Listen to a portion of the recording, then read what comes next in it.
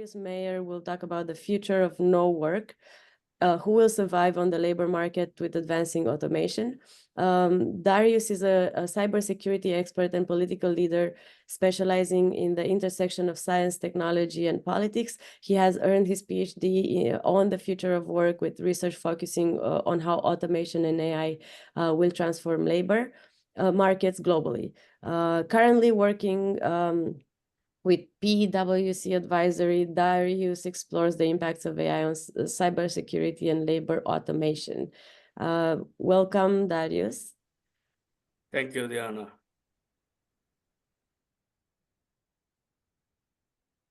Do you see my screen? Yes, we can see your screen. Okay, perfect. Yeah, thanks a lot for having me, and it's great to be back at the Yale Global Justice Program. Having co-organized this conference 2 years back together with Thomas, Michaela Polo, and Mateusz, and many others. I know the effort of pulling this conference off, and I think it's a marvelous opportunity to reconnect, to bring together the ideas, the expertise from different angles, and yeah, thanks a lot for that, and thanks for having me, Diana and Thomas, for that. And I'm really looking forward to the different panels this morning, which will somehow also go into a similar direction on really bring together knowledge to structure AI for the good of humanity as the theme of this conference. So I will first talk about, or I will share the book link on my recent publication of my dissertation, which has been published around 3 months back. Then I will give an introduction to my own research on automation, on my view from an ethical perspective, and also what were the different topics I also covered in my research and my dissertation. Then I will go into the topic I want to cover today, which is like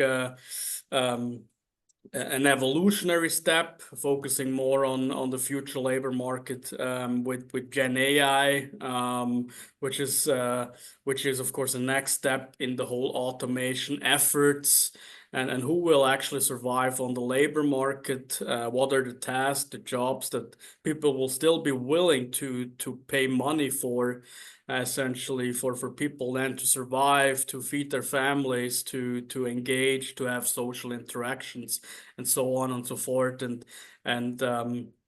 actually fulfilling all these capabilities that work and labor brings with it.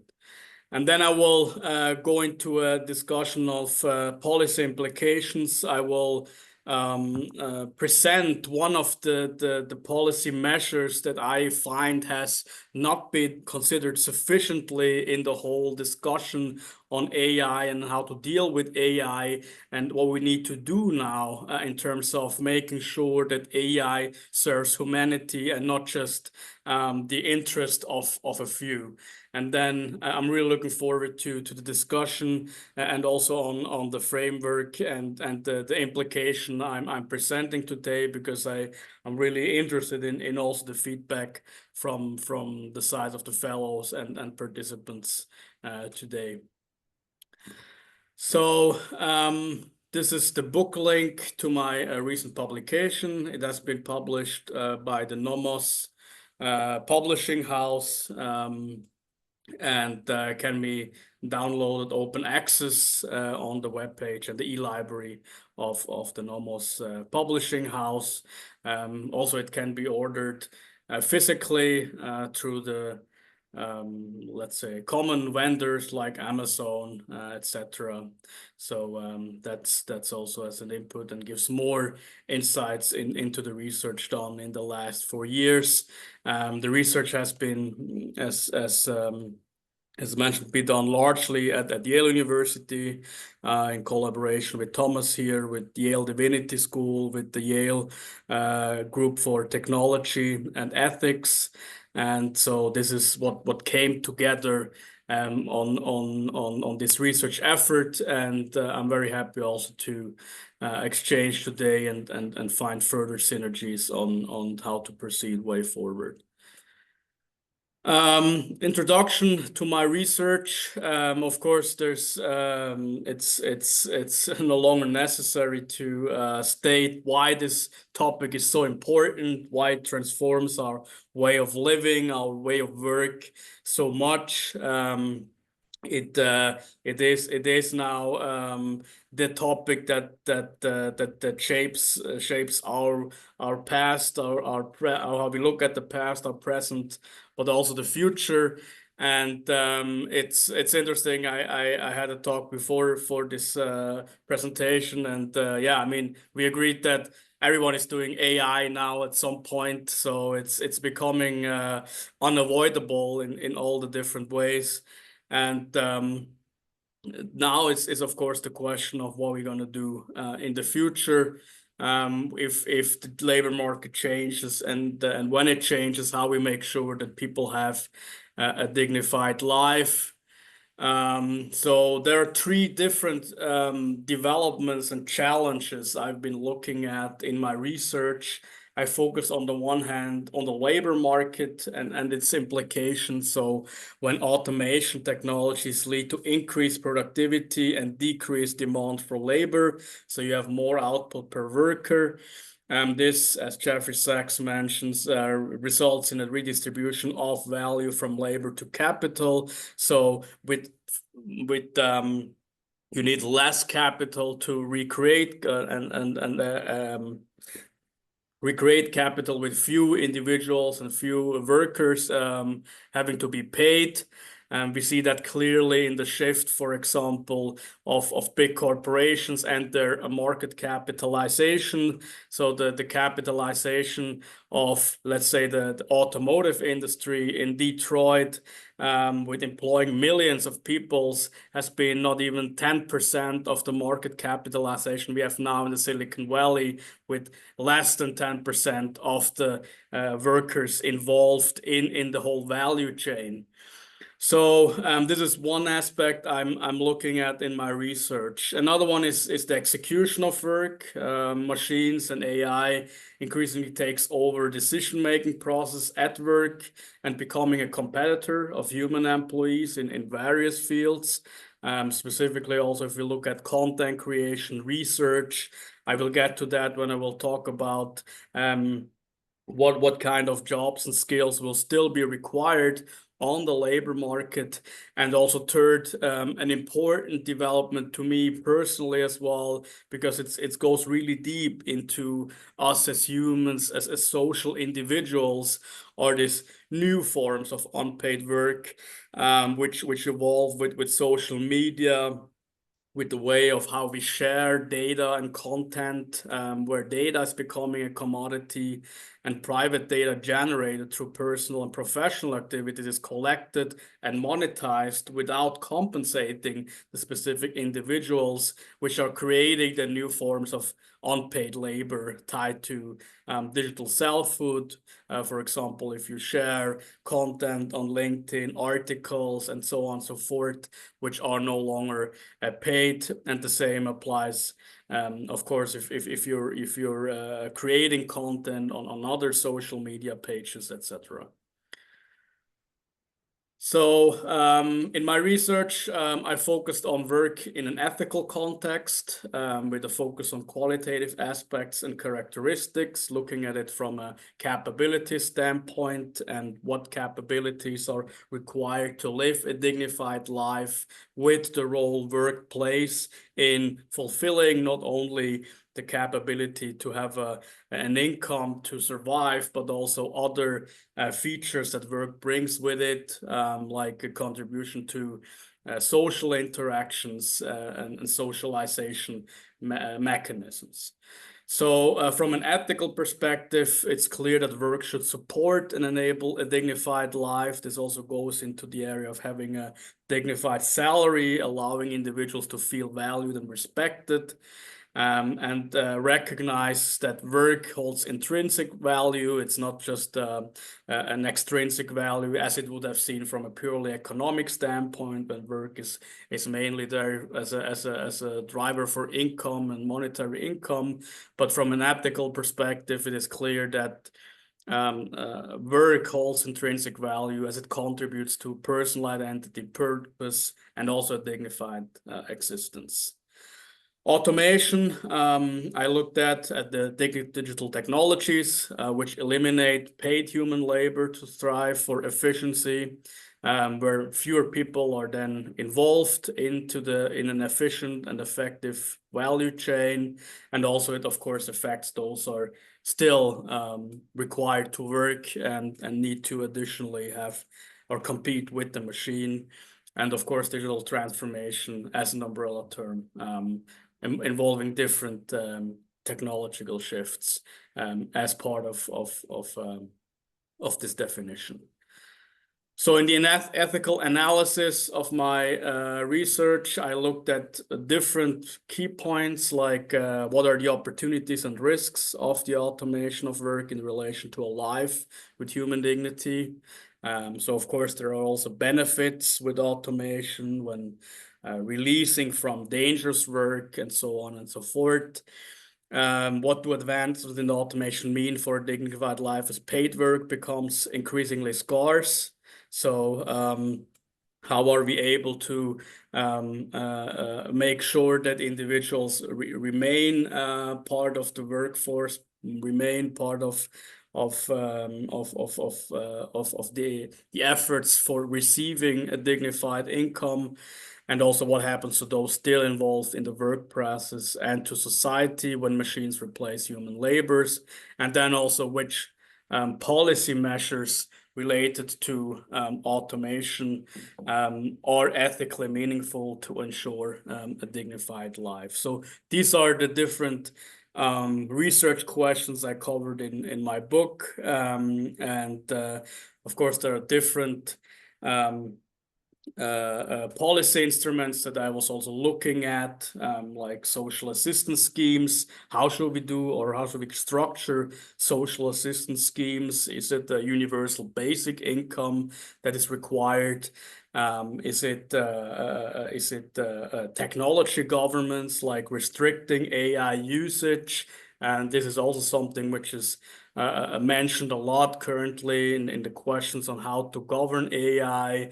So looking at more from a technical standpoint, is it corporate social responsibility? Should we not have any regulation at all and just leave it up to the corporation to somehow come forward and say, yeah, we will use AI only so it helps humanity? So these are the different policy instruments I'm also looking at in my research from an ethical standpoint. And today I will specifically go into one instrument that I find has not been discussed sufficiently so far, and also to proceed with further discussions then on that. So first of all, the future of labor market, or the future labor market with generative AI, which is definitely defining the latest change in humanity and the way we work. I mean, the pace also that we can observe in the last years has been incredible. I mean, I started my research in 2020, where automation was mostly used in terms of robotic process automation. So automating very simple and manual digital tasks, where now we're with Gen AI approaching an age where the whole content creation process is automated.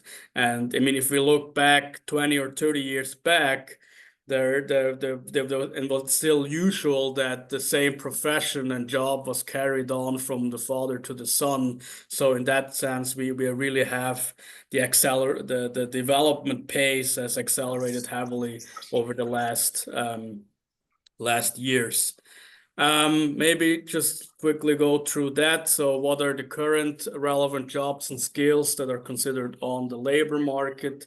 On the one hand, of course, AI-centric roles, people that train AI models and data scientists as well who deal with these technologies. However, these are requiring a lot of, or increasingly require a technical knowledge, which is not easily educatable.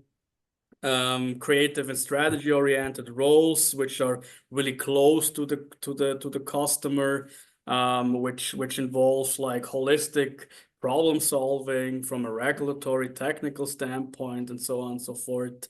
Then security focused roles, as mentioned, the data is incredibly value and actually is the major driver for value and not human work as such. The security of this data is increasingly important. So that's also something, and of course the human-centric skills. There are still a lot of jobs out there which require human-centric skills, as in care, and in relationship building, and these jobs they will prevail in the future and are still pretty much untouched by generative AI. So skills and jobs to decline, all the routine data processing routine roles, mechanic roles that were still feeding a lot of families in the past, even though they were mechanic and routine works. They are heavily in decline. Content creation, as mentioned, transactional roles, which includes administrative roles. And then also basic research and survey roles. That's all replaceable in the future. And yeah, this is the view at this stage. This might look different in 1 or 2 years, but it's still something to think about, because looking back 2, 3 years back before the arrival of Gen AI, it was still considered that creativity and content creation and so on and so forth would still be a human task.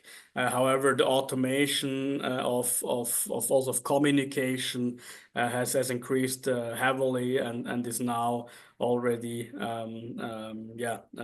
somehow at the center of our own lives. So from a labor market perspective, it's of course always the question, what will still people willing be to pay for, or what are the skills people will be willing to pay for?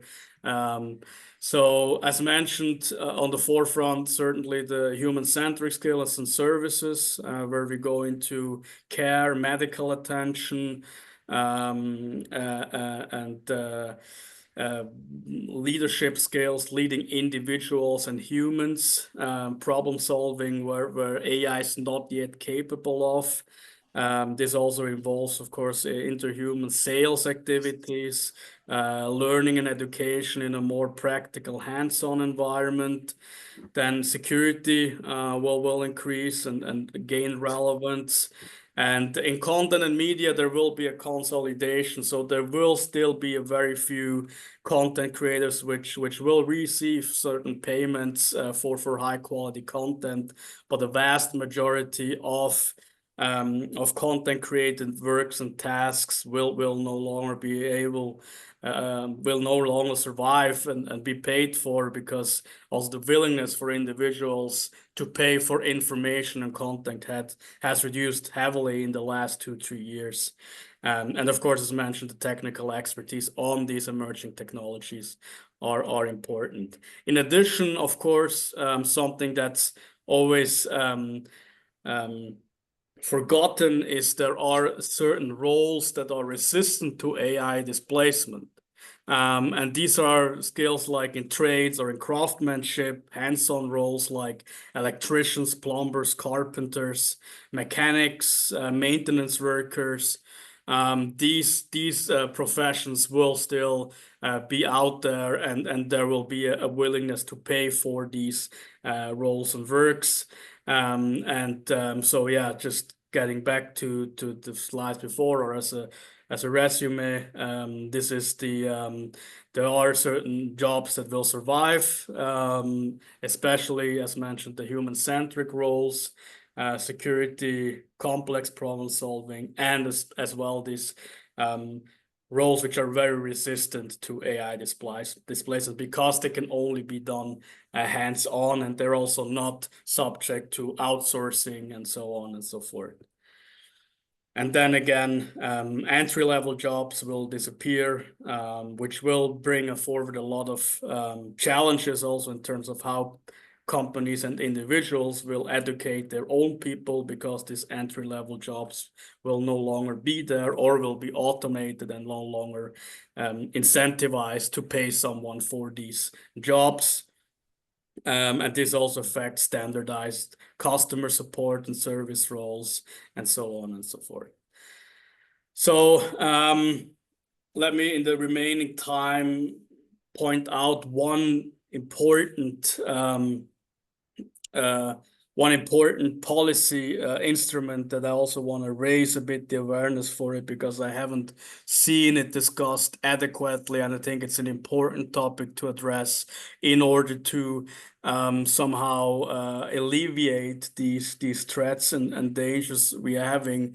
And this is largely in incentivizing human work. I think that's very crucial way forward. As mentioned, from an ethical standpoint, work is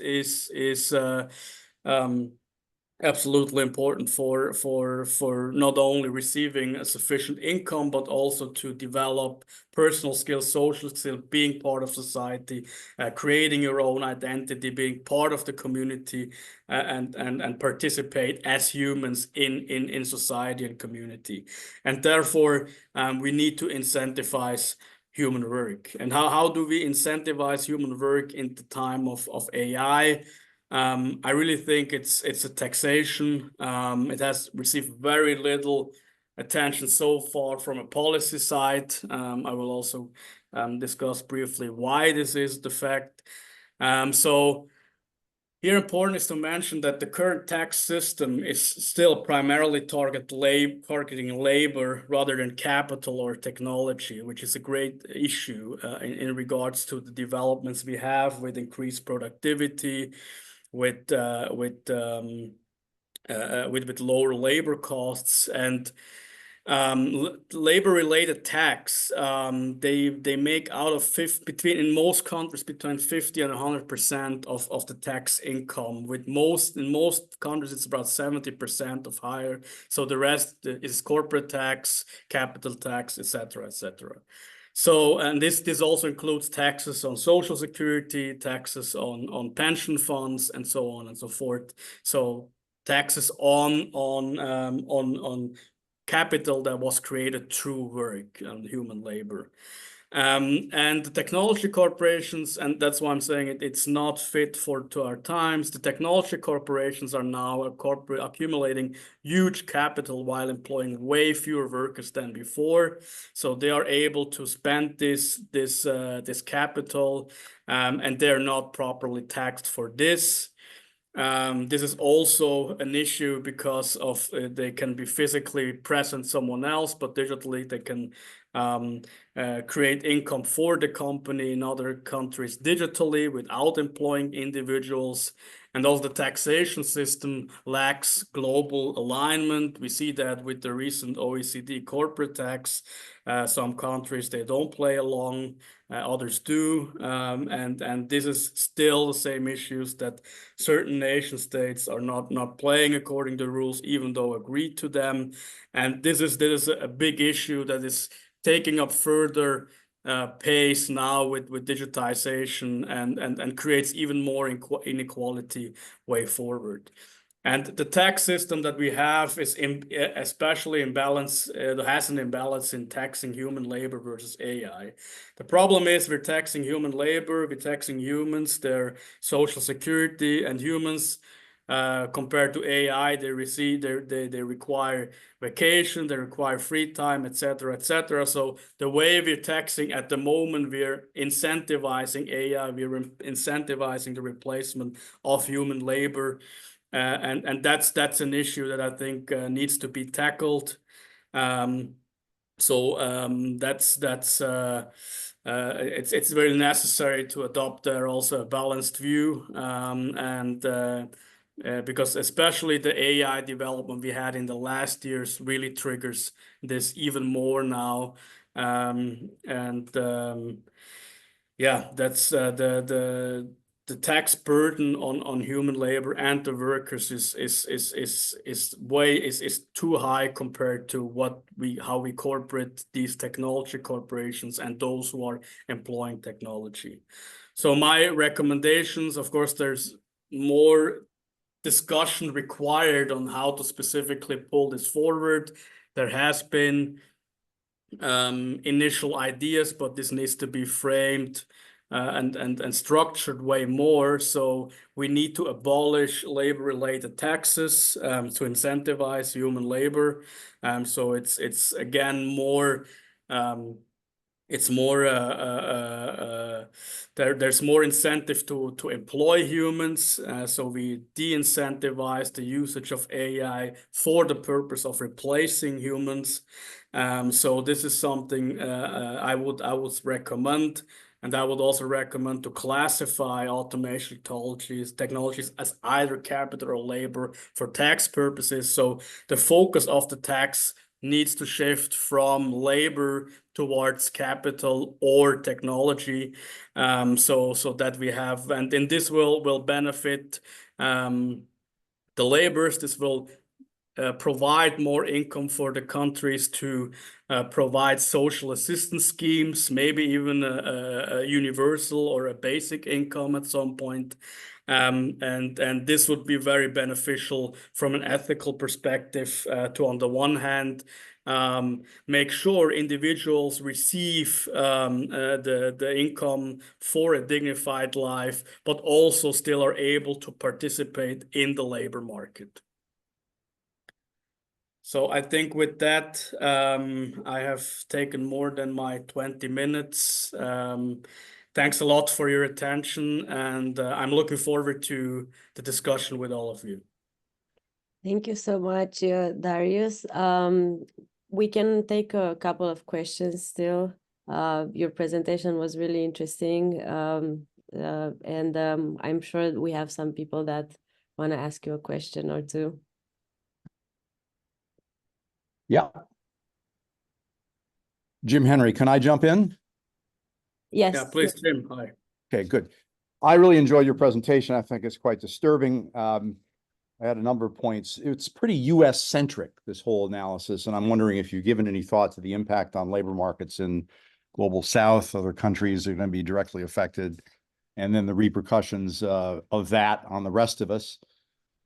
Secondly, on the tax question, the use of a financial transactions tax is an idea that we've had to get, there have been some successful experiments with that, but that's an alternative to simply trying to tax capital, which is very organized. There seems to be some success in terms of getting financial transactions taxes passed. New York State has one, which we're trying to put back into action. So those are two questions. I'll just leave it at that for the moment. Yeah, thanks, Jim. Yeah, really good points. I mean, with the Global South, I think that the issue is even